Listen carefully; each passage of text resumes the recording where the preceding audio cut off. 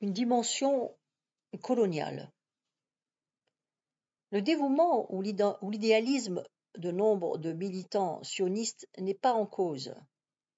Un jeune juif débarqué sur la terre promise en 1926 pouvait écrire « Je peux être fier car depuis 1 an que je suis en Palestine, je me suis débarrassé de la gangue d'impureté de la diaspora et je me suis purifié du mieux possible.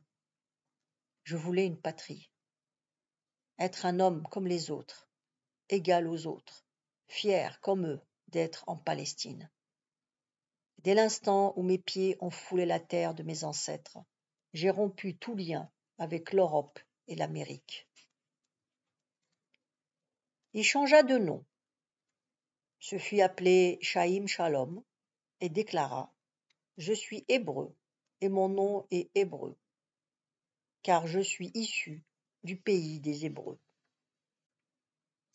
En dépit d'un credo socialiste ou parfois à cause de lui, les sionistes ressemblaient aux colons installés en Algérie ou en Afrique du Sud, convaincus de faire progresser la civilisation face à des populations sauvages.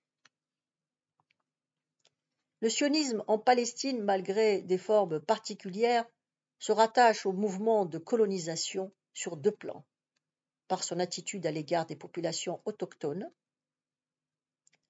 par sa dépendance à l'égard d'une métropole, la Grande-Bretagne, au moins jusqu'en 1939. D'ailleurs, à l'époque où le colonialisme n'avait pas la connotation négative qu'il a aujourd'hui, Theodor Herzl écrivait à Cecil Rhodes, l'un des conquérants britanniques de l'Afrique australe, « Mon programme est un programme colonial. » Ziv Jabotinsky, le dirigeant du mouvement sioniste révisionniste, pour sa part, se réjouissait. Dieu merci, nous, Juifs, n'avons rien en commun avec ce que l'on appelle l'Orient. Nous devons venir en aide à ceux parmi le peuple qui sont incultes et qui s'inscrivent dans des traditions et des lois spirituelles archaïques orientales. Nous allons en Palestine d'abord pour notre bien-être national, ensuite pour en expurger systématiquement toute trace de l'âme orientale. Mordechai ben Hillel ha-Cohen, un juif installé à Jérusalem, note « Nous sommes en Palestine la population la plus civilisée. Personne ne peut rivaliser avec nous sur le plan culturel.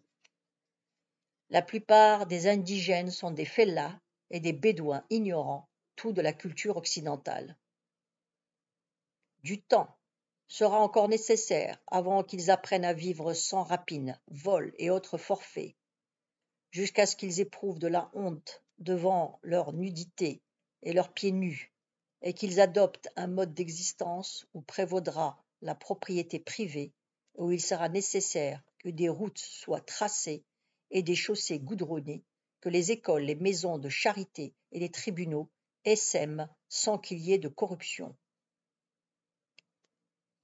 Mais l'insondable âme orientale semble résister à des décennies de civilisation, puisque Moshe Katsav, le président d'Israël, celui-là même qui devra démissionner après avoir été inculpé pour harcèlement sexuel, déclare en mai 2001 « Il existe une immense fracture entre nous, les Juifs, et nos ennemis, pas seulement en ce qui concerne les capacités, mais aussi sur le plan de la morale, de la culture, du caractère sacré de la vie et de la conscience. Ils sont nos voisins ici, mais on a l'impression qu'à une distance de quelques centaines de mètres, il y a des gens qui ne sont pas de notre continent, de notre monde, mais qui finalement appartiennent à une autre galaxie. »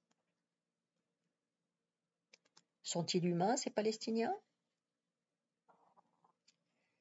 À la suite d'émeutes à Jaffa en 1921, une commission d'enquête britannique note que le mouvement ne constituait nullement un pogrom antisémite, mais que les insurgés haïssaient les sionistes, non les juifs. Le Jewish Chronicle, organe des Juifs britanniques, s'insurge. Essayez d'imaginer que les animaux sauvages du parc zoologique sortent de leur cage et tuent quelques-uns des visiteurs, et que la commission chargée d'enquêter sur les circonstances établisse que la raison du drame est que les animaux n'aiment pas leurs victimes.